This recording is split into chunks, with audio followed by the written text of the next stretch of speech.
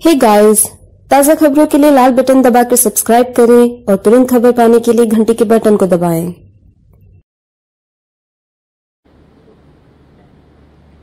धन्यवाद। नमस्ते। तो सुबह मुझे बता रहे थे कि कुछ पत्रकारों के साथ मिलने के लिए कह रहे हैं, आप मिलना चाहेंगे? और मैंने कहा पत्रकार तो खुद अपने लिए नहीं मिलते हैं, वो तो जनता के और लोगों के और नए नए विचारों और उपायों की एक क्या कहें सीढ़ी होते हैं। तो अगर लोगों को नए नए विचारों के साथ जोड़ना है तो पत्रकारों का रोल बहुत ज़रूरी है। तो इसलिए अच्छी बात है, मैंने कहा। और मैं ये सदा सोचता हूँ कि जो आप लोगों का रोल है वो बहुत बहुत बहुत ही अहम है, ज़रूरी है।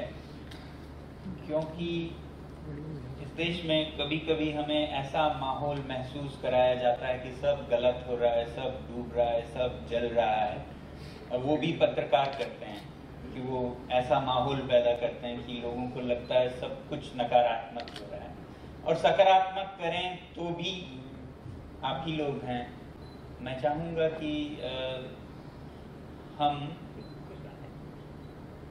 लोगों की सेंसेशनल इश्यूज से वो ना करके अपने मतलब पत्रों को या चैनल्स को रेटिंग्स बढ़ाने के बजाय एक जो हमारा राष्ट्र निर्माण में रोल है, जिसमें कि लोगों में उम्मीद जागे, आशा जागे कि बहुत कुछ हो रहा है, उसका रोल हमें निभाना होगा। जैसे कोई सुबह कह रहे थे कि इतने अच्छे काम यहाँ हुए हैं, जैसे इस परिवार और संस्था ने किए, तो ये सब हमें नहीं दिखाई देता है, भारत में नहीं सुनाई देता। ऐसे ही कितने ही गांव में कितने ही लोगों ने किया होगा, मगर बहुत कम सुनाई देता है। हमें जो गलत हो रहा है वो ज्यादा सुनाई देता है, या तब सुनाई देता है जब कोई अंग्रेज पत्रकार आके लिखे न्यूयॉर्क में, फिर हम सब लिखने लग जाते हैं उसके बारे में।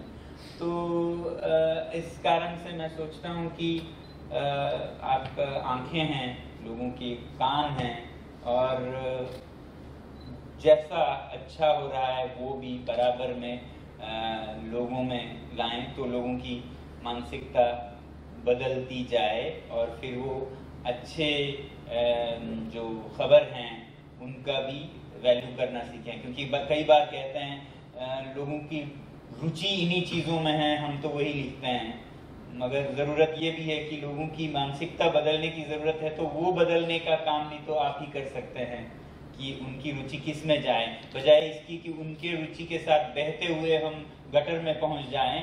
हम क्यों ना उठाने का काम भी खुद ही करें।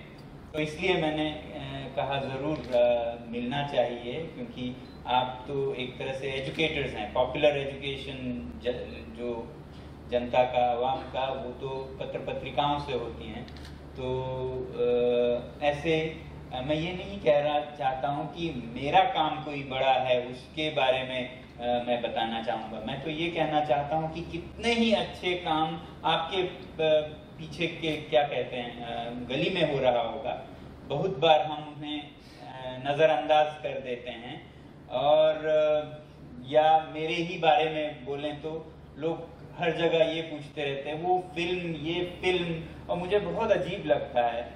जिंदगी में जो काम है उसको हम छोटा कर देते हैं किसी फिल्म से जोड़ करके। तो हम या तो कभी कोई फिल्म आ जाए फिर उस पर लिखने शुरू कर देते हैं, या फिर कोई विदेशी आके लिखे उस पर लिखना शुरू कर देते हैं। अपनी हमारी कहाँ है वो वजन, वो पहचान जो हम खुद सोचें ये अच्छा काम कर रहा है। चाहे कोई लंदन से लिखे ना लिखे, न्यूयॉर्क से लिखे ना लिखे, फिल्म बने न बने, मुझे अच्छा लग रहा है, सही काम लग रहा है, सबके लिए अच्छा होगा, मैं लिखूंगा, तब जाके न्यूयॉर्क लिखेगा, तब जाके लंदन लिखेगा। हम ये आत्मविश्वास के साथ क्यों नहीं काम करते हैं? तो इसलिए मैं यही कहूँगा शुरू में ही कि आप मेरा ना पूछें, अपने घर के पड़ोस में, अपने गांव के पड़ोस में, जलगांव में देखें कितने ही लोग कितने ही अच्छे काम कर रहे होंगे। इंतजार मत कीजिएगा कि उन पे कोई फिल्म बने या कोई अंग्रेज आके लिखे। आप हैं वो सिपाही। तो आप जो भी पूछें मैं उसी हिसाब से आप लोग सुन सकते हैं। जो पत्रकार हैं वो पूछें। आप पत्रकार हैं तो बोलिए, नहीं तो पत्रकारों को पूछने का मैं आपके इसमें सुन रहा था, you saying that you teach innovation. Can innovation really be taught? सिखा सकते हैं इनोवेशन? या इनोवेशन के लिए आपका जो एक्सपीरियंस रहा एजुकेशन में, टीचिंग इनोवेशन को सिखाना पॉसिबल है या does it come naturally to people? मैं कहूँगा नेचुरेशन उसके क्यूरियोसिटी को बंद करने में बच्चों के, तो by not doing that you can encourage people to let their curiosity arise and let their tinkering mind do the things they want to do. While it may not be possible to take it up like a lesson, but you can create conducive conditions and expose them to various possible things that others have done, and the innovator in them can awaken. But again, I'm saying I want to talk to journalists. That's what I was told. Isn't this the forum? Sonam sir, welcome to Jalgaon. मैं दिनेश तलवरकर, संपादक तरुण भारत। आपसे एक सवाल ये है कि महाराष्ट्र शासन ने भी इस साल जो स्टूडेंट्स है जो 10th फेल है उनके लिए एक नया प्रोग्राम शुरू किया है। उसकी रिक्वायरमेंट ही यही है कि वो 10th फेल हो, उसके बाद ही उनको एडमिशन मिल सकता है। तो आपका जो कंसेप्ट है कि जो फेलियर्स को आगे अगर आप बढ़ाना चाहते हैं तो state government, Maharashtra state government भी इस दिशा में कोई प्रयास कर रहे हैं, तो इस पर आप क्या कहना चाहेंगे? उस पर निर्भर करता है। कई बार मुझे कहते हैं लोग कि अच्छा आप मैट्रिक फेल को करते हैं तो आप उनको कारपेंटर बनाना सिखाते होंगे बनना, या मेसन बनना सिखाते होंगे, या टेलर बनना सिखाते होंगे।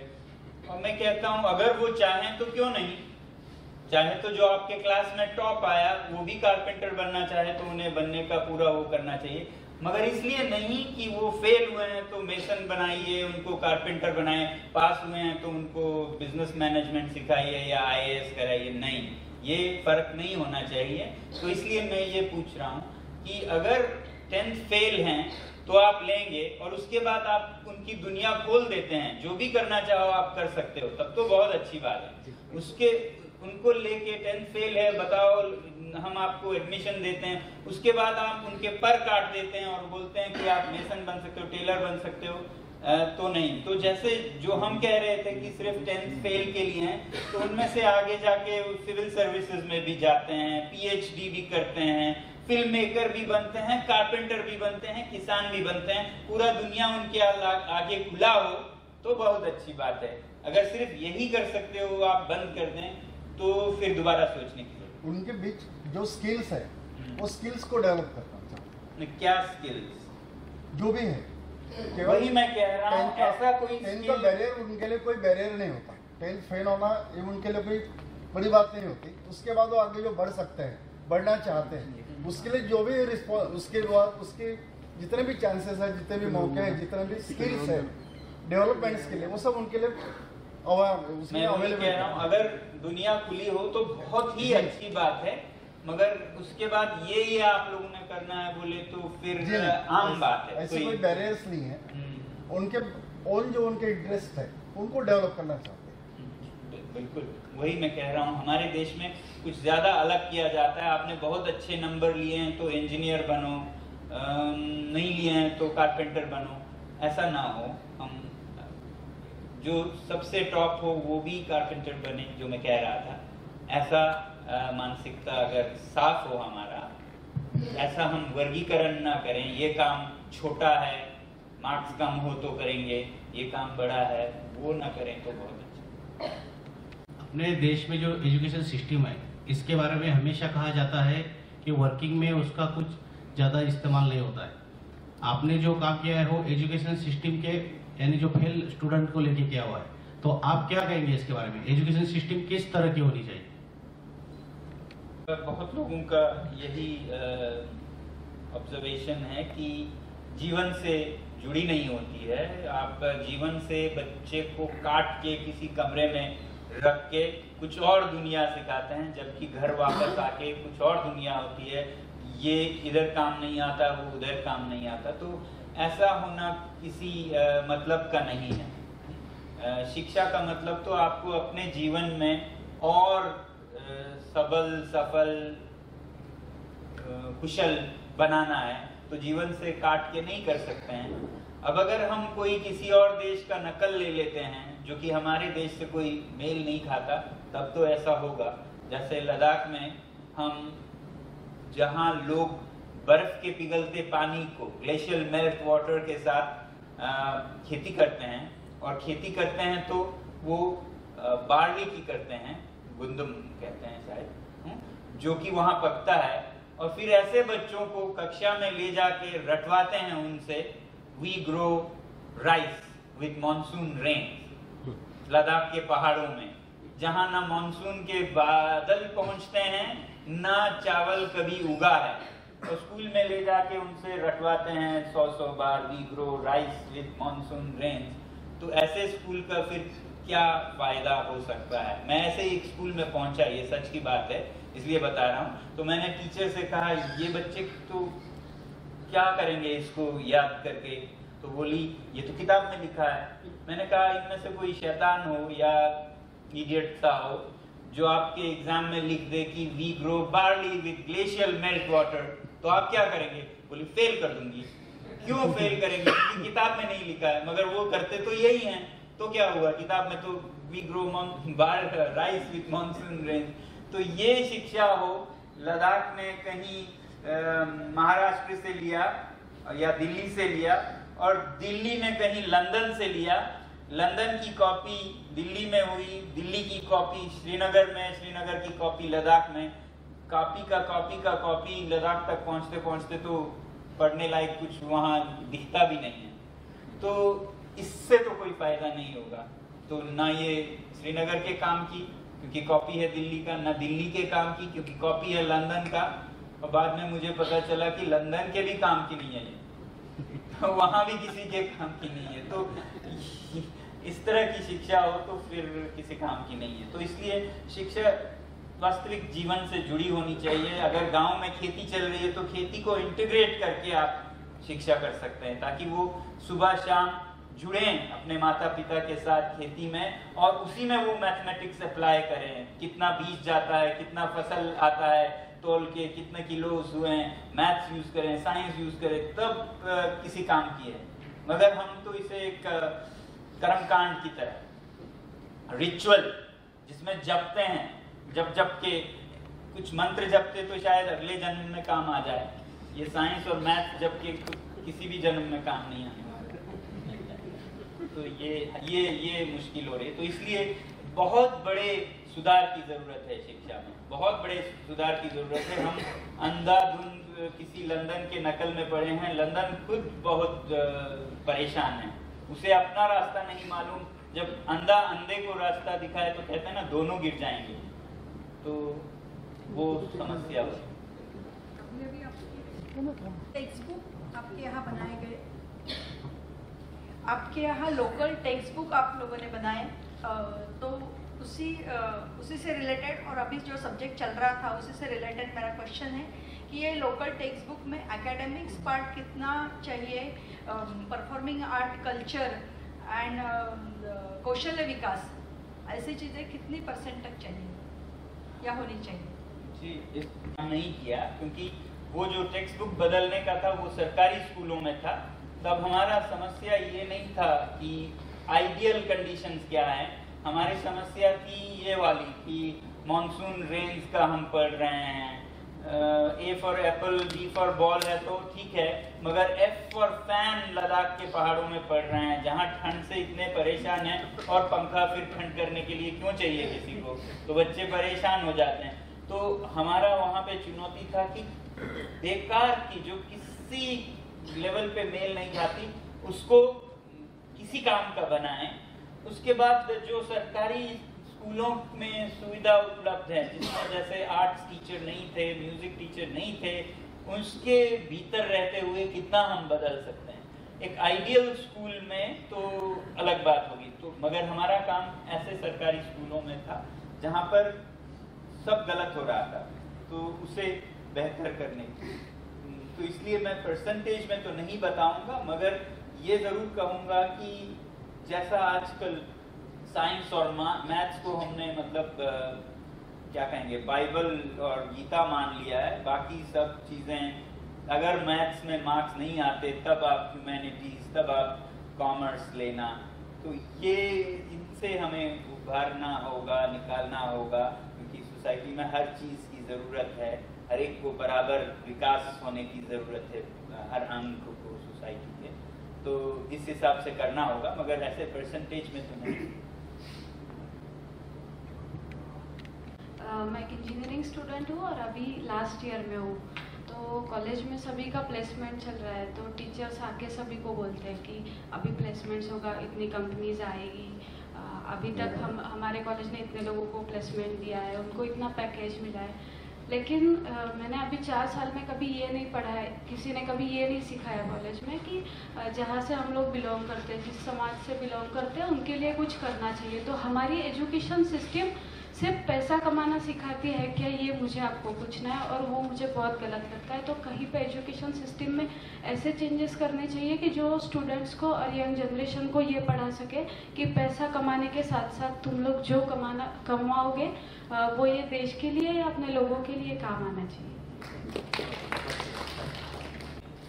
एक तरह से देखिए तो पुर्जों की तरह, किसी बड़े कारखाने के पुर्जों में आप फिट होंगे, उसमें आप कमाओगे और जियोगे, और आपका यही रोल है, कुछ अपना, कुछ अलग, कुछ जो ज़रूरत है वो, क्योंकि इंजीनियरिंग हो तो ये तो किसी भी जगह के, गांव के जो समस्याएं, उन सब को एक इंजीनियरिंग माइंड से सॉल्व करने के काम आ सकता है, मगर ये ना आपके कॉलेज सिखा रहे हैं, न मेरे कॉलेज ने मुझे सिखाया, डिस्पाइट द कॉलेज में कहूँगा हमें करने की ज़रूरत है अभी तो, बल्कि मेरे कॉलेज में तो मुझे ये याद है, अभी मुझे बहुत हंसी आती है जब भी सोचता हूँ तो क्या सिखाया जाता था।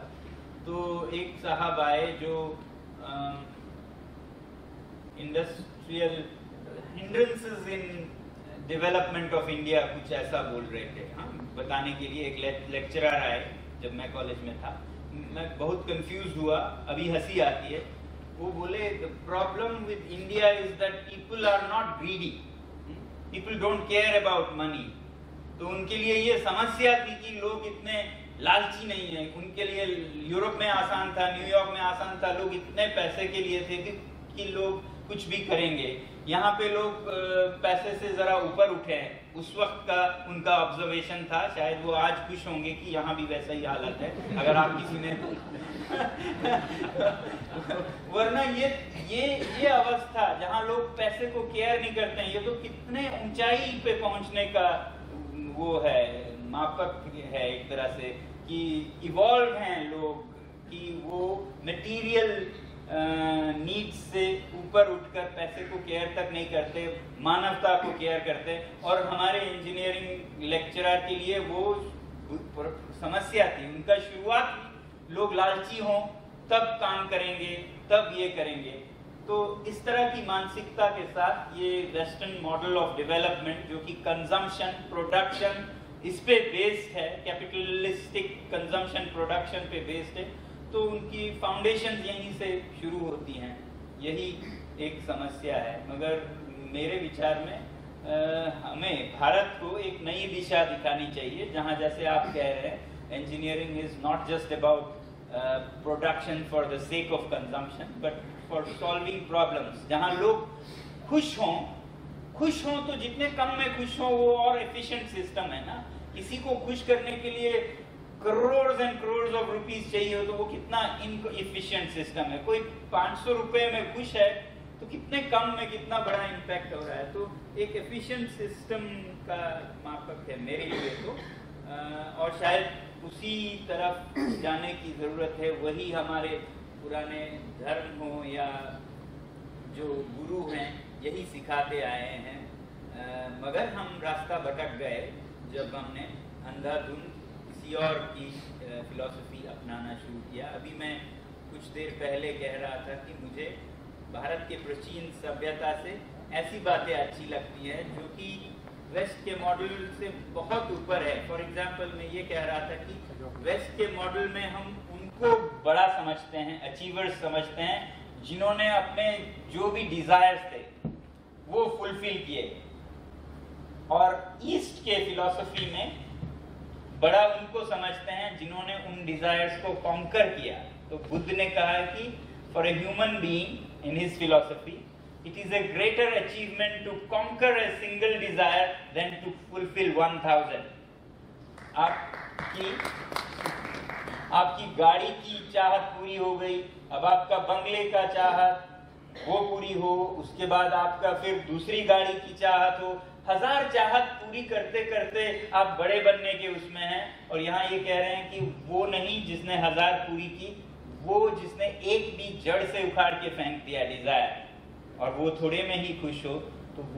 तो ये पैराडाइम शिफ्ट की जरूरत है, हम नकल के पथ पर चल पड़े, मुझे लगता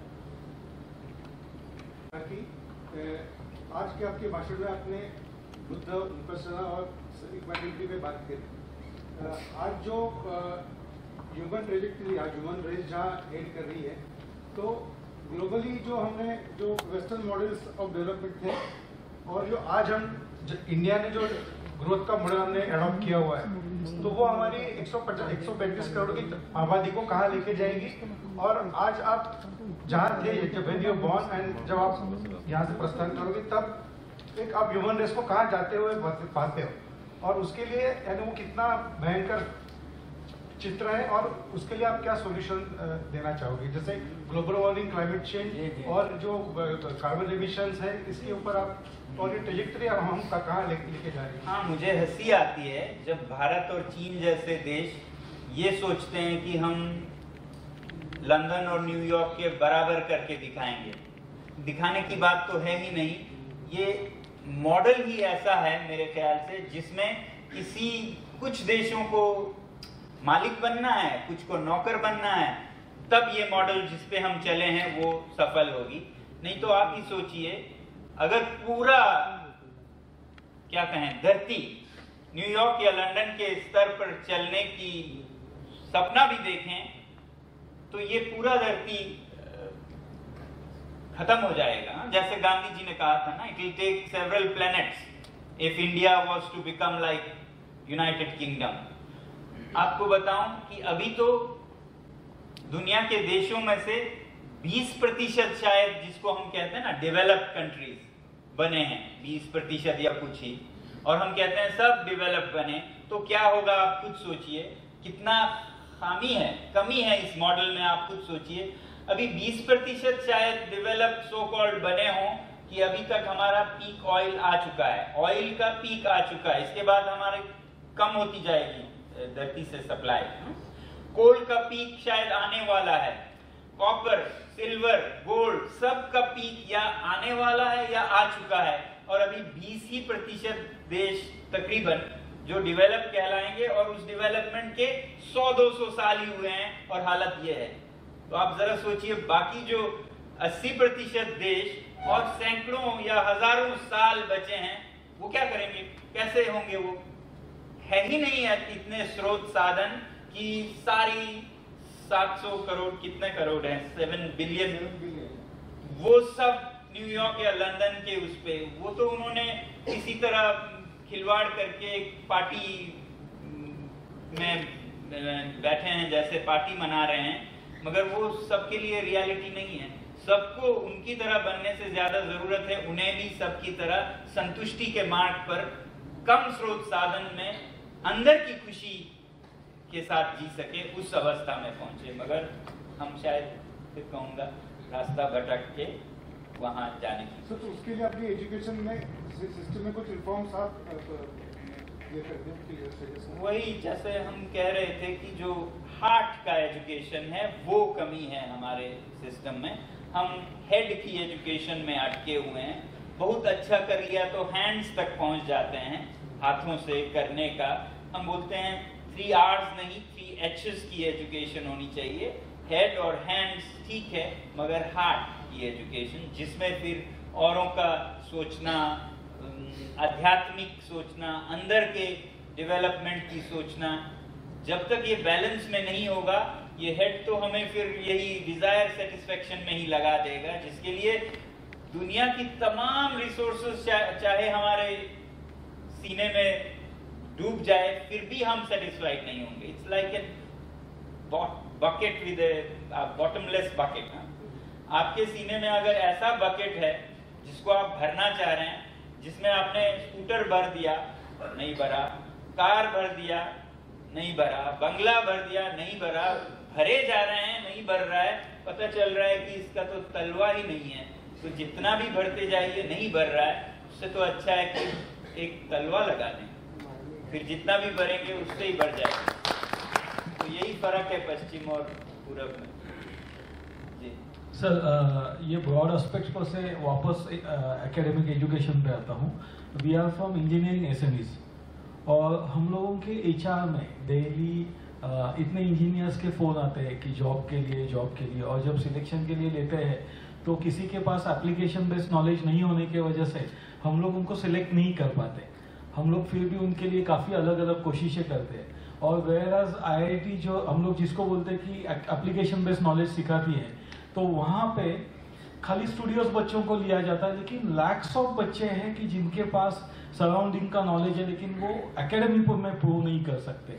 तो वहाँ पे कॉर्पोरेट या एसएमईज के लिए आप कोई ऐसा मॉडल डेवलप कर सकते हैं जहाँ पे हम लोग ये एप्लीकेशन बेस्ड जो नॉलेज है ये बच्चों को दे सके। जैसे आपने कहा कि प्रैक्टिकली लोकल नॉलेज उनके लिए ज़रूरी है, चावल हो या बार्ली हो या जो भी है, तो वैसे ही उसी तरह से उस बेल्ट में जो भी काम करना जो चल रहा है उसके बारे में अगर उनको नॉलेज पहुंच जाए, उस हिसाब से उनको अगर तैयार मतलब ना कि स्टैंडर्डाइज फॉर्म में, it should be in abundant form. जैसे अभी उस मैडम ने उन्होंने बताया कि लास्ट ईयर में बच्चे आते हैं, उनको ये मालूम नहीं है कि मुझे आगे क्या करना है, और 4 साल पूरे हो जाते हैं, उनकी आपके सामने काफ़ी सारी उम्मीदें होती है, और उनका पूरा करियर या तो उनके बॉस पे डिपेंड होता है या रेगुलर पैटर्न में चला जाता है, जिसका देश के लिए कोई फायदा नहीं होता है। तो आप जो कॉर्पोरेट्स ईगर है काम करने के लिए कि हम लोगों को बच्चों को एप्लीकेशन बेस्ड नॉलेज देना है, जरूरी नहीं है कि वो खाली हम लोगों के ही काम में आए, तो उनका आप इस्तेमाल कर सकते हो क्या, और अगर कर सकते हो तो किस तरह से काम किया है जहां पे आदमी खुद को एक्सप्लोर करता है। ठीक है, और हम लोग चाहते हैं कि वी आर द कंपनीज जो डायरेक्टली उन बच्चों के साथ काम करती है, उन इंजीनियर्स के साथ काम करती है, तो हम लोग उनको एप्लीकेशन बेस्ड नॉलेज देना चाहते हैं। तो हम लोगों को किस तरह से यूज हो सकता है? आप लोगों का तो मुझे खास समझ नहीं आया। जनरली इंजीनियरिंग कोई भी कंपनीज है या क्या, मैं तो ये कह रहा था कि स्कूल से ही नॉलेज ही नहीं, एक्सपीरियंस के साथ साथ काम। नॉलेज बोले तो हम मतलब जो पढ़ते हैं दिखते हैं उसी तक अटक जाता है, मतलब अभ्यास जिसका हो। स्कूल है तो किचन गार्डन चले, किचन गार्डन में वो खुद उगाएं और उसके लिए क्या तकनीक है, क्या बायोलॉजी है वो समझें। किचन है तो वो एक लैब है जिसमें वो कुछ करते हुए सीखें, सीखना भी सीखें, जिससे कि वो अलग अलग। हमारे यहाँ बच्चे करने से बहुत कतराते हैं क्योंकि कभी उन्हें मौका मिला ही नहीं होता। उन्हें तो याद कर लिया तो सब मार्क्स वार्क्स मिल जाते हैं, इसलिए वो करना शुरू ही नहीं करते हैं। जब कहीं करने के लैब भी हो, टिंकरिंग के जो बोलिएगा, या किचन गार्डन हो, तो वो करने की मानसिक स्थिति में आ जाएं तो बहुत कुछ करने लगते हैं। या बहुत बार हम करते भी हैं तो डांट देते हैं, ये घड़ी क्यों खोल दी, ये फ्रिज को क्यों खोल दिया। जानना चाहता है, खोलना चाहता है। उन सब को एनकरेज करता हुआ सब बचपन उन्हें मिले, घर में भी स्कूल में, तो वो एक्सपीरियंशियल लर्निंग के स्टूडेंट्स होंगे। तो आगे जाके कॉलेजेस में भी अप्लाइड फिलॉसफी का अभ्यास करवाएं तो दक्ष लोग निकलेंगे जिन्हें इंटेलेक्चुअल थियोरी भी पता है और एप्लीकेशन भी पता है। इसकी जरूरत है जो नहीं हो रही है, जिसके कारण सारे कंपनीज को अनएम्प्लॉयबल यूथ मिलते हैं, जिसपे फिर उन्हें और पैसे खर्च करके तब सिखाना पड़ता है जब वो काम करते होने चाहिए।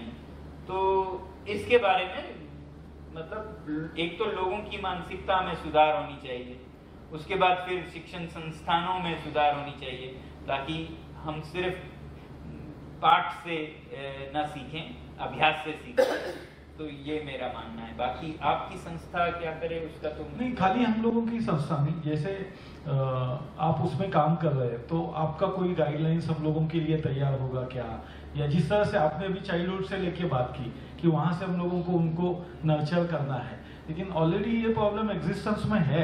ये काफी लैक्स ऑफ बच्चे बाहर आ रहे हैं, उनका फ्रस्ट्रेशन हम लोगों से भी देखा नहीं जाता है, लेकिन हम लोग उसमें ज्यादा कुछ कर नहीं सकते। तो ये लाइव मॉडल है कि हर साल जो आ रहा है, तो अगर आपका कुछ उस तरह से गाइडेंस हो कॉर्पोरेट्स के लिए या उसके लिए, तो हम लोग उसको फॉलो कर सकते हैं। एसएमई साथ में मिलके हम लोग वो अडॉप्ट कर सकते हैं। तो उस पर आप कुछ सोचिए। अभी ऐसा कुछ नहीं सोचा है या किया है जो कहीं भी रेप्लिकेबली अप्लाई किया जा सके, मगर आपका सुझाव बहुत अच्छा है, हम जरूर गुड आफ्टरनून सर, मैं इलेक्ट्रॉनिक्स इंजीनियर और सोलर में भी काम कर रहा हूँ, also for the skill development. तो मेरा सिर्फ एक क्वेश्चन ऐसा है कि जो आज तक का एक्सपीरियंस है, attitude of the fresh engineers, सबको ऑफिस जॉब चाहिए। अभी इंजीनियरिंग ऐसा है कि तो वो ऑफिस में बैठ के तो होने नहीं वाला। तो आपने जो आपके एरिया में काम किया है, तो ये स्टूडेंट्स का जो एटीट्यूड बदलने के लिए कुछ ऐसा आपने स्पेसिफिक, क्योंकि सबको ऑफिस जॉब चाहिए। अभी जैसे सोलर है तो वो तो ऑफिस में बैठ के सिर्फ डिजाइन हो सकता है, बट इम्प्लीमेंटेशन या अभी जो बात हो रही है कि applied knowledge, practical knowledge gain करना है, तो फील्ड पे काम करना ही पड़ेगा और मैक्सिमम टाइम उधर ही काम करना पड़ेगा। तो उसके लिए आपने कुछ नए रिफॉर्म्स जो आप शेयर कर सकते हो? तो नहीं है, मगर हम जोर इस पे देते हैं कि आप का ज्ञान उतना ही काम का है जितना उसका प्रयोग काम का होगा, वरना क्या कहेंगे, आपके ज्ञान जो सिर्फ दिमाग में रहे वो तो हैंडीकैप ज्ञान है, उसके हाथ नहीं, पैर नहीं, कुछ प्रयोग नहीं है। इस बारे में मैं सोचता हूँ हमारे समाज में बदलाव आने की जरूरत है। जैसे जर्मनी में है तो शॉप फ्लोर से शुरू करते हैं, ऐसा कहा जाता है कि आप जनरल मैनेजर भी बनेंगे तो वर्कशॉप के लेथ मशीन से शुरू करेंगे और उसे डिग्निटी, इज्जत भी दी जाएगी।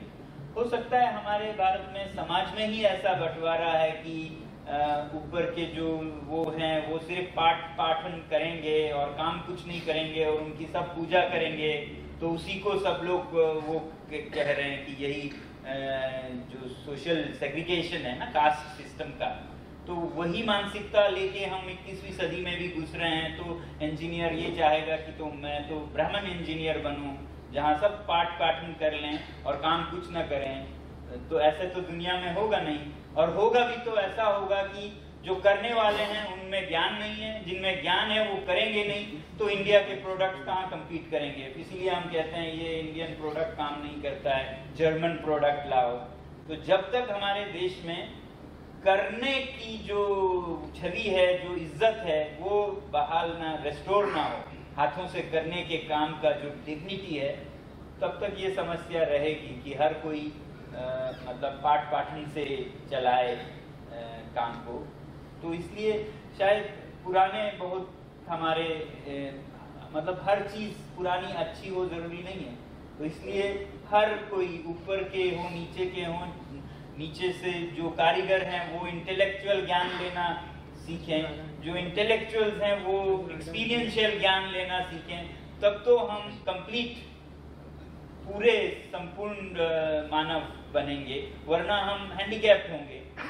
सर है जिसके हाथ नहीं है, हाथ हैं जिसके सर नहीं है, ऐसा देश तो नहीं चलेगा जिसमें आधे नागरिकों के सिर्फ बड़ा सा सर हो और हाथ छोटे छोटे हों, या फिर बड़े बड़े हाथ हों और फिर सर इतना छोटा सा हो। इसमें बदलाव लाने की जरूरत है। माइक जिसकी माइक उसी की बहन। सर नमस्कार, मैं एक्चुअली 15 सालों से जलगांव डिस्ट्रिक्ट में एक इंस्टीट्यूट चला रही हूँ कौशल्य आधार पर। 3-4 डिस्ट्रिक्ट से मेरे यहाँ स्टूडेंट पढ़ने के लिए आते हैं। फैशन, इंटीरियर और टेक्सटाइल ये मेन हमारे प्रोफेशनल कोर्सेज है। उसके अंतर्गत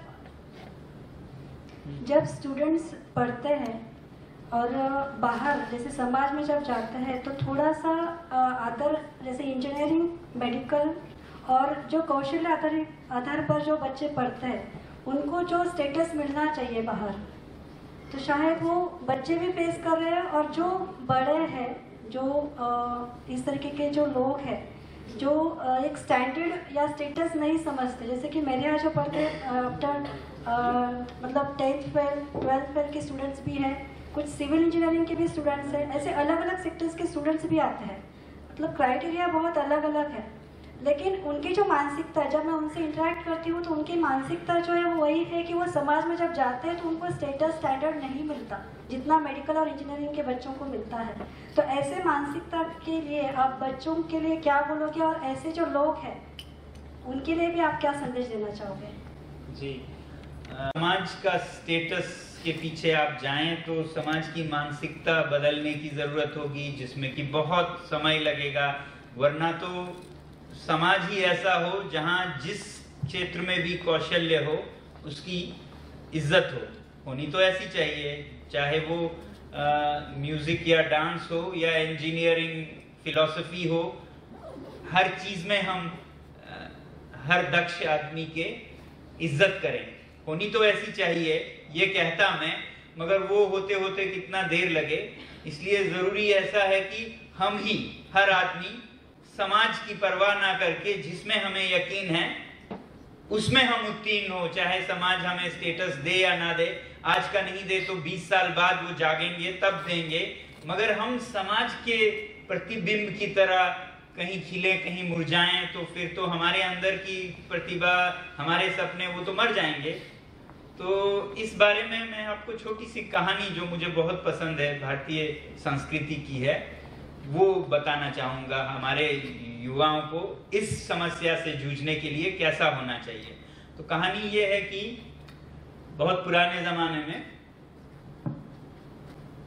लोग नंगे पैर चलते थे और राजा को ये बिल्कुल पसंद नहीं था उस देश के कि कांटे चुभते हैं मेरे पैरों में, और जूता तो पहनते नहीं थे उस ज़माने में, तो सब नंगे पैर चलते थे। और ये राजा ऐसे निकले जिनको बहुत समस्या थी इससे कि यहाँ जाऊं तो कांटे चुभते हैं, बाग में जाऊं तो कांटे चुभते हैं। उन्होंने हुक्म दिया कि जहाँ जहाँ मैं जाता हूँ वहाँ वहाँ आप चमड़ी बिछा दीजिए। तो सारे महल के लोगों ने चमड़ी बिछाया, क्या कहेंगे अब, स्विमिंग पूल तक चमड़ी, किचन तक चमड़ी, बाग तक चमड़ी, हर जगह बिछाए। तो राजा खुश हुए। फिर एक दिन आए, मैं वहां गया, वहां तो नहीं बिछाया है, मेरे पैरों में कांटे चुभ गए। फिर लोग लग गए, वहां भी बिछा दिया, फिर खुश हुए। 3 दिन बाद फिर आए, मैं वहां गया खेलने के लिए, वहां पैरों में कांटे चुभ गए, फिर रोने लगे। तो फिर उनमें से एक बुजुर्ग ने कहा, राजा जी इस तरह से तो आपके पैरों में कांटे चुभते रहेंगे, क्यों ना मैं चमड़ी सारे दुनिया को बिछाने के बजाय आपके पैरों को बिछा दूं। और उसने राजा के पैरों को चमड़ी में, और उससे आविष्कार हुआ जूते का। तो पूरे दुनिया की मानसिकता बदलते रहें, उससे ज्यादा जरूरी है कि वो अपनी बदलें और अपने मन को स्ट्रॉन्ग करें और परवाह ना करें कि कौन आपको इज्जत देता है या नहीं देता है, आप किसी के मोहताज क्यों, आप अपने। और वो हमें आपको इन बच्चों में आत्मविश्वास देनी होगी। वो आत्मविश्वास का जूता अगर वो लगा के निकलें तो कांटे जहां भी हों उन्हें असर नहीं पूछना चाहूँगा। एक तो आपकी जैसी रांचो स्कूल है, ऐसी एक स्कूल इन द 90s हमने जलगांव में शुरू की, काफ़ी अच्छी चली, बच्चे आज अपने अपने क्षेत्र में काफ़ी बड़ा नाम कर रहे, रांचो जैसा। लेकिन जैसी स्कूल बड़ी हुई संख्या में, उसका रेपुटेशन बढ़ा, रादर अर्बन एरिया में स्कूल चलती है, तो आजकल ये प्रॉब्लम चल रही है कि हम लोग इस प्रकार से इस गली को उमलाना चाहते हैं, लेकिन पेरेंट्स जो सबसे बड़े इस प्रकार के डेवलपमेंट के दुश्मन है, ऐसा हम आजकल लग रहा है। पेरेंट्स अलग से ही चाहते हैं अपने बच्चों के बारे में, और एक घर में से अलग से वो माता पिता उनके ऊपर प्रयोग करते रहते बच्चों के ऊपर, स्कूल अलग से इनको अलग दिशा में ले जाने का प्रयास करता है। तो ये कॉन्फ्लिक्ट आजकल जो नए अर्बन में आपके जैसे जो प्रयोग करने वाले स्कूल है उनमें ज़्यादा आ रहा है। तो इसमें एक अपेक्षा आपके जैसे जो सेलिब्रिटी स्कूल चलाने वाले हैं और आप एक अच्छे विचार भी रखते हैं, तो पेरेंट्स के लिए आप एक कोई मूवमेंट देश में चलाएंगे, स्पेशली वो अर्बन एरिया में बहुत काम में आ सकती है, because parents are prove to be the biggest enemies of the childrens nowadays. ऐसा हमारा एक स्कूली एक्सपीरियंस है, ये एक आपसे शेयर करूँगा। दूसरी बात, 2 महीने पहले जस्ट हम लोग राज्य स्कूल में थे, दिन भर वहाँ रुके थे। ऐसा लगा कि 3 इडियट वॉज एक अपॉर्चुनिटी अपने स्कूल के लिए रही, पर जिस प्रकार से अभी दर्शक वहाँ आते हैं देखते हैं, तो क्या बच्चों के लिए, स्टूडेंट्स के लिए वो कैलेमिटी हो चुकी है? क्योंकि मैं भी दर्शक बन के वहाँ गया, जिस प्रकार के मॉब में गया, तो बच्चों के लिए वो कैलेमिटी बन चुकी है क्या? ऐसा भी मुझे एक आपको पूछना है। धन्यवाद। स्कूलों में बदलाव आने से पहले ही जनता में, अभिभावकों में परिवर्तन आने की जरूरत है, वरना वो नए विचारों को न पनपने देंगे, न जो स्कूल हैं वो भी मुरझा जाएंगे। तो मास लेवल पे लोगों की सोच में बदलाव की बहुत ज़रूरत है। जो आपका मूवमेंट की बात कर रहे हैं, सच में उसकी ज़रूरत है मेरे ख्याल से, क्योंकि नहीं तो जो भी शुरुआत करते हैं वो डिस्करेज होके ख़त्म हो जाते हैं ऐसे बच्चों के विकास में। और पेरेंट्स के भी कुछ कारण हैं, पेरेंट्स भी क्यों ऐसे हैं, कुछ कारण हैं। क्योंकि जो भी इंजीनियरिंग, मेडिसिन वगैरह वगैरह हैं, उनके एडमिशन्स उसी बेसिस पे होती हैं कि वो क्या लिख पाते हैं, क्या मार्क्स लाते हैं। तो शायद उनमें भी बदलाव होने की जरूरत है। मैं ये IITs वगैरह से कहता आया हूँ कि आप अपने एंट्रेंस टेस्ट को बदल दीजिए। आप ये क्या ऑब्जेक्टिव टाइप क्वेश्चंस बना रखा है जो तो मशीन भी सॉल्व कर लेंगे, इसमें किसी के प्रतिभा का कैसे पता चले? अगर आपके एंट्रेंस टेस्ट में ही, ठीक है, आपने 20 में से 19 सवाल ऐसे ही कर लीजिए क्योंकि आपके लिए आसान है, ये सब आसानी के लिए करते हैं। ऑब्जेक्टिव टाइप है तो मैकेनिकल है, उन्हें कोई मेहनत नहीं कर, मगर 20वां सवाल ऐसा रखिए जिसपे कि बच्चा मजबूर होगा अपनी प्रतिभा दिखाने का। अगर एग्जाम्पल ले IIT का, तो 20वें सवाल पे जब वो स्क्रीन होके 50,000 बच्चों से 5,000 तक पहुंच जाएं, क्या स्क्रीनिंग चाहे आपके ऑब्जेक्टिव टाइप से ही हो, जब 5,000 में से आपने 1,000 चुनना है, 5 लाख से 50 लाए, 50 से 5,000 लाए, अब 1,000 चुनना है, उस पर आपको समय देना होगा। तो 19वां या 20वां सवाल शायद आपको ऐसा हो कि बाय सरप्राइज, हो सकता है आपको एक घड़ी खुली मिले, उसको जोड़ना है, पुर्जों को एक जगह लगाना है, तो उसमें तो उस बच्चे की इंजीनियरिंग प्रतिभा पता चल जाएगी। और फिर सही लोग जिनकी बचपन से प्रतिभा वही रही हो, वो सिलेक्ट होंगे। और दूसरी तरफ अगर ऐसा होता तो शायद माएँ घर में भी उनको घड़ी खोल दी, मारते नहीं, और खोलो, ये भी खोल दो बोल के लाते, रेडियो भी खोल दो, अब टेलीविजन भी खोल दो, क्योंकि उन्हें पता है आगे यही चीज काम आने वाली है उनके सपनों को पूरा करने में। तो कई जगहों पे बदलाव आने की जरूरत है। पेरेंट्स की सोच में बदलाव आने के लिए भी ये इंस्टीट्यूशंस की सोच में भी बदलाव होनी चाहिए। जिस तरह से अभी का निज़ाम है उस तरह के पेरेंट्स बनेंगे, जैसे पेरेंट्स है वैसे बच्चे बनेंगे, ये एक कड़ी है। बाकी स्कूल की बात वो तो खैर एक स्थान की है, स्थानीय सवाल है लद्दाख में, तो वो कोई बड़ी बात नहीं। वहाँ पर जिस स्कूल में शूटिंग हुई वहाँ की ये समस्या है जो आप बोल रहे हैं, उससे काफ़ी परेशान हैं स्कूल के टीचर्स और बच्चे, वो उस पर कुछ मेजर्स भी ले रहे हैं। हाँ, समस्या हो जाती है जब एक पर्यटन स्थल बन जाता है तो, मगर एक तरफ उसे दूसरी तरफ एक जनता की शिक्षा का तरीका भी बना सकते हैं। तो हम ये भी कोशिश कर रहे हैं कि जो लोग आएँ वो फिर पर्यावरण को, सूर्य ऊर्जा को समझ के जाएं, उनको भी सिखा के भेजें वापस। तो इस तरह से सकारात्मक भी देखा जा सकता है। सर, आप एक्सपीरियंशियल लर्निंग में बिलीव करते हैं और आप इनोवेटिव एंड क्रिएटिव माइंड्स को नर्चर करते हैं, पर आजकल इनोवेशन एंड क्रिएटिविटी के नाम पे बहुत सारा ऐप बेस्ड लर्निंग आ रहा है। We are moving to digital classroom, e learning, Swayam जो MHRD प्रमोट कर रही है, स्पोकन ट्यूटोरियल है। जहाँ पे ऐप बच्चे डाउनलोड करते हैं, अपना लॉगिन आईडी क्रिएट करते हैं, दे आर सेल्फ लर्नर्स। तो वहाँ पे मतलब यहाँ हम एक तरह से बोल रहे हैं कि innovation in teaching and learning and we are promoting digital classroom and app based learning. और एक तरफ आपके जैसा स्कूल है जहाँ पे एक्सपीरियंशियल लर्निंग की बात कर रहे हैं, जहाँ अनुभव से शिक्षा। तो हम can we find some midway in app based learning and experiential learning, like learning by doing, क्योंकि ये जो ऐप बेस्ड लर्निंग है वो अभी तक मासेस तक नहीं पहुंचा है। It is introduce to classes only, और इसका अवेयरनेस भी अभी तक नहीं है। तो do you think that we can find some midway, और are you in favour of app based learning and digital learning? मुझे ये कोई खास अलग नहीं लगते हैं, ये वही इंटेलेक्चुअल एक्सरसाइज के हिस्से हैं।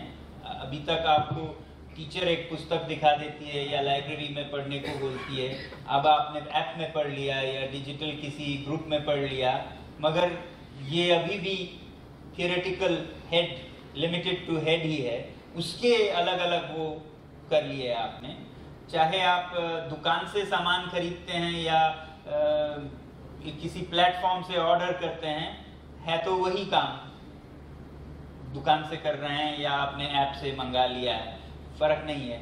ज़रूरत मुझे वो लगता है कि जो ह्यूमन टच है, जो टीचर ही दे सकते हैं, जो एक्सपीरियंस टच का है, फील का है, अटेम्प्टिंग एंड फेलिंग का है, वो स्कूल में ही हो पाएगी। उसकी कमी वो ऐप्स पूरा नहीं करेंगे। और हमारी कमी अभी इंटेलेक्चुअल की, और ज़्यादा इंटेलेक्चुअल इनपुट्स की ज़रूरत उतनी भी नहीं है जितनी की एक्सपीरियंशियल पार्ट की है। तो इसलिए वो तो टीचर से आए, लाइब्रेरी से आए, ऐप से आए, बहुत ज़्यादा फर्क नहीं पड़ेगा। सेल्फ लर्निंग होगी मगर फिर भी वो वही दिमागी ज्ञान होगी। तो मुझे इन दोनों जहाँ से भी आए वो पार्ट, मगर बाय डूइंग जो है application of that what you acquire either from apps और from human teachers, that is important. तो इसमें ये ईदर और नहीं है, both should be there and in some places it could be, especially Ladakh के जैसे छोटे छोटे गांव जहां पर 3-4 परिवार हैं, स्कूल बड़े हो नहीं सकते हैं, वहां ये डिजिटल लर्निंग बहुत ही एक जादुई काम कर सकता है। वीडियो से हो, डिजिटली ऐप से हो, मगर जहां भी हो एक्सपीरियंशियल पार्ट तो ज़रूरी है जीवन में, उसका एप्लीकेशन जानने के लिए। तो ये दोनों ही होने लगे। सर आपका स्वागत है। मेरा क्वेश्चन छोटा सा है कि दुनिया की 100 यूनिवर्सिटीज में भी, इतने बड़े विशाल देश के अंदर एजुकेशन, और बहुत तादाद बता नहीं सकता, इतनी यूनिवर्सिटीज और इंस्टीट्यूट्स हैं, इनोवेटिव हैं, कुछ रिचुअल्स हैं, इसके बावजूद भी इंडिया की किसी एक यूनिवर्सिटी का नाम 100 में नहीं आता है। उसके लिए हमें किस तरह का एजुकेशन सिस्टम अडॉप्ट करना चाहिए ताकि हम वर्ल्ड लेवल के ऊपर कॉम्पीट कर सकें? इसके बारे में मैं एक तो ये सोचता हूँ कि ओरिजिनल थिंकिंग, ओरिजिनल रिसर्च, और उसमें हमारे जो बेस्ट ब्रेन्स हैं वो जाएं। अभी हमारे जो बेस्ट ब्रेन्स हैं, मुझे नहीं लगता है वो इंस्टीट्यूशन बिल्डिंग में एज गाइड्स, लीडर्स, टीचर्स जा रहे हैं। ज़्यादातर वो देखा जाए तो टूथपेस्ट, कोलगेट वगैरह बेचने के मैनेजमेंट में चले जाते हैं। ज़रूरत यह है कि जो बेस्ट ब्रेन्स हैं वो एजुकेशनल इंस्टीट्यूट्स में जाएं एक बार, और या फिर बाहर चले जाते हैं, किसी और देश में चले जाते हैं। तो पहली बात तो हमें अपने देश में अच्छे इंस्टीट्यूशंस में जो बेस्ट ब्रेन्स हैं उन्हें लाने की ज़रूरत है। दूसरी बात, जो हमारे अपने बच्चे हैं, स्टूडेंट्स हैं, वो भी आत्मविश्वास के कमी के कारण, एक राष्ट्रीय वो है मेरे ख्याल से कमी है, ये आत्मविश्वास की कमी। हम देश में कुछ हो उसको छोड़ के अमेरिका में चले जाएंगे और वहाँ के इंस्टीट्यूशंस को बहुत बड़ा बनाएंगे।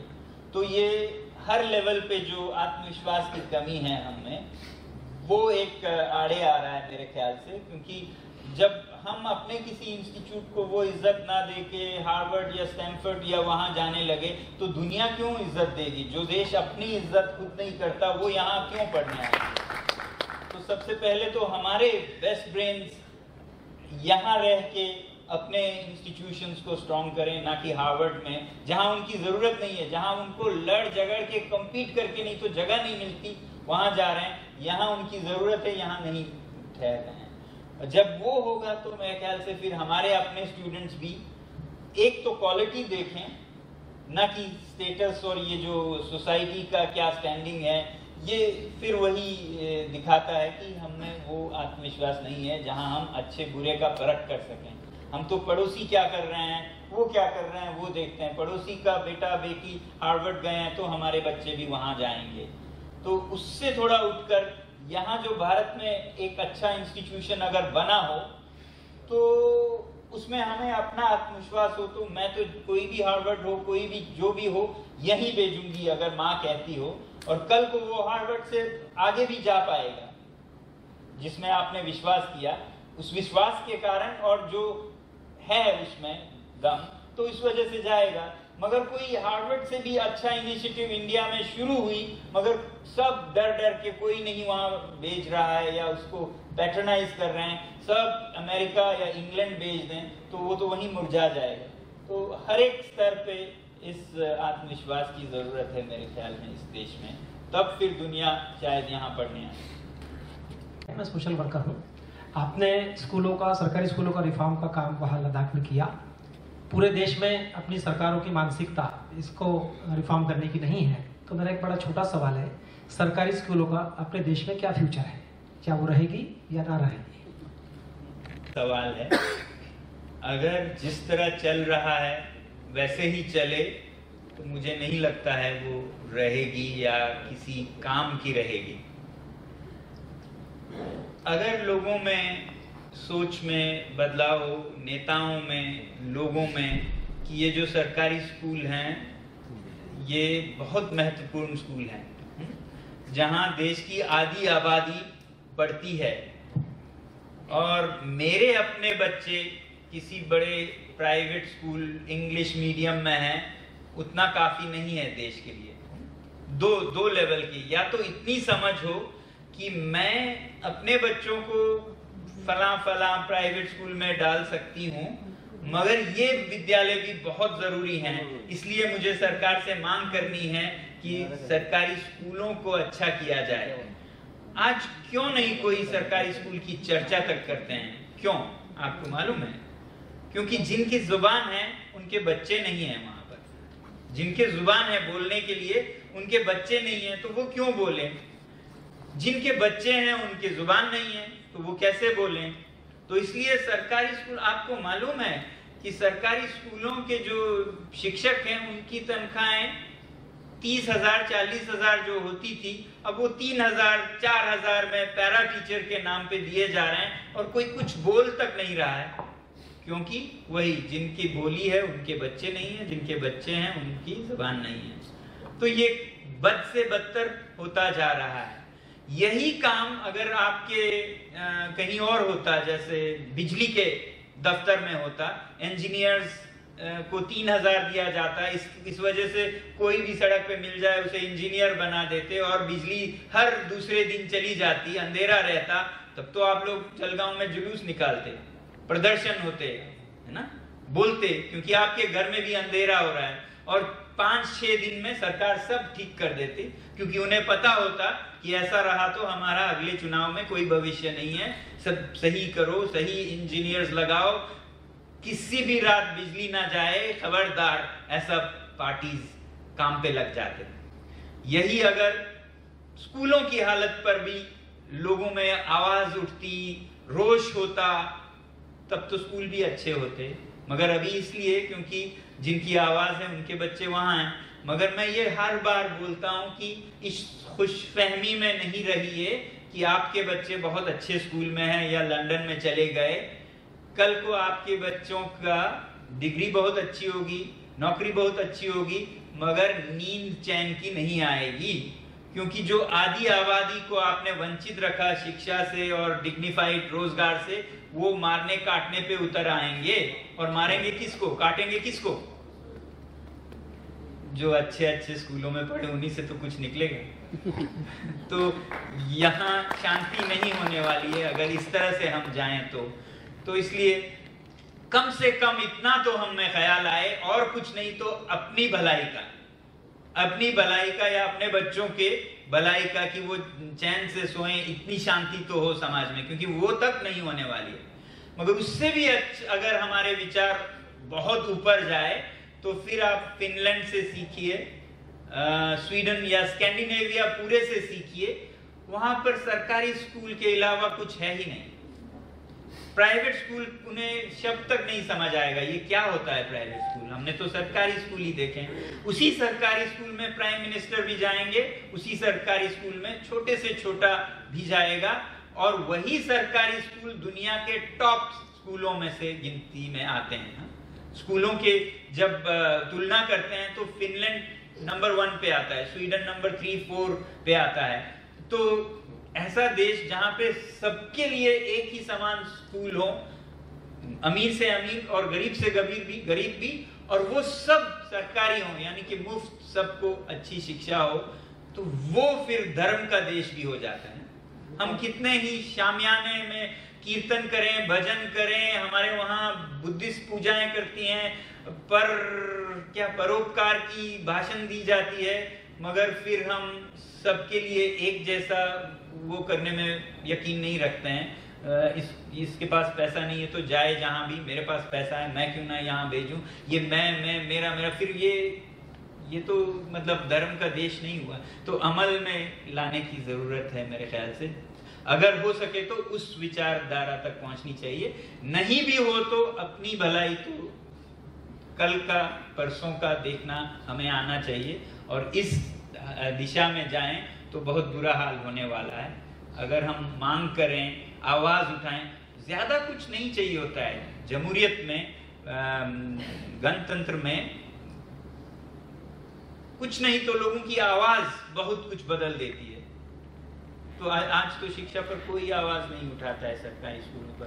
तो यही हालत कायम रही तो बहुत बुरा होते देखता हूँ।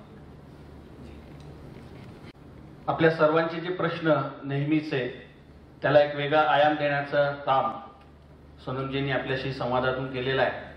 मला माहिती आहे सगळ्या विषयाची ग्रॅव्हिटी खूप आहे आणि आपण सगळेजण ती जाणून घेण्यासाठी म्हणून आवर्जून अतिशय कमी कालावधीत आपल्याला निमंत्रण दिलं आणि आपण एवढ्या चांगल्या संख्येने आलात। मी आपल्याप्रती कृतज्ञता व्यक्त करतो। सोनमजींनी आपल्या प्रश्नांना अतिशय दिलखुलासपणे आणि वास्तव आपल्या समोर ठेवलेला आहे। प्रश्न आहे त्यांच्याच भाषेत सांगायचं झालं तर 700 वर्षाची गुलामी मानसिकता जोपर्यंत बदलणार नाही तोपर्यंत या प्रश्नाला खरं उत्तर मिळणार नाही। आपण ते नक्की शोधण्यासाठी म्हणून या सगळ्या गोष्टींचा उपयोग करूया। मी आपल्या सर्वांच्या वतीने सोनमजींचं मनापासून धन्यवाद व्यक्त करता हूं। आपके लिए बहुत बहुत शुक्रिया। आणि अशोक भाऊजी आणि अंकुरजींनी खास आपल्याकरता ही संधी उपलब्ध करून दिली याबद्दल त्यांच्याप्रती पण कृतज्ञता व्यक्त करूया। आपल्या सर्वांसाठी पेयपानाची व्यवस्था आहे, आपण पेयपान करून मगच जावं। धन्यवाद। एक मिनिट सोनमजी अजून एक गोष्ट बोलणार आता। बच्चों मॉर्निंग में आपको सीखने का क्या कह रहे हैं? सुबह जब बच्चों को बताया था कि आप जब सबसे ज्यादा कहाँ से सीख सकते हैं। सोनम जी ने एक बहुत अच्छा एग्जाम्पल दिया था बच्चों के लिए। तो हाउ सबसे इम्पोर्टेंट स्टेज लाइफ का कौन सा होता है। I was just reminding him, अगर वो उस पर लाइट दे तो everybody here is an already they are like become grandfathers may be, but then कि विज्ञान में अभी ये कहा जाता है कि हमारे मस्तिष्क का सबसे ज्यादा विकास पहले 4 सालों में हो जाता है। लगभग हमारा मस्तिष्क बन जाता है, उसके बाद बहुत कम होता है।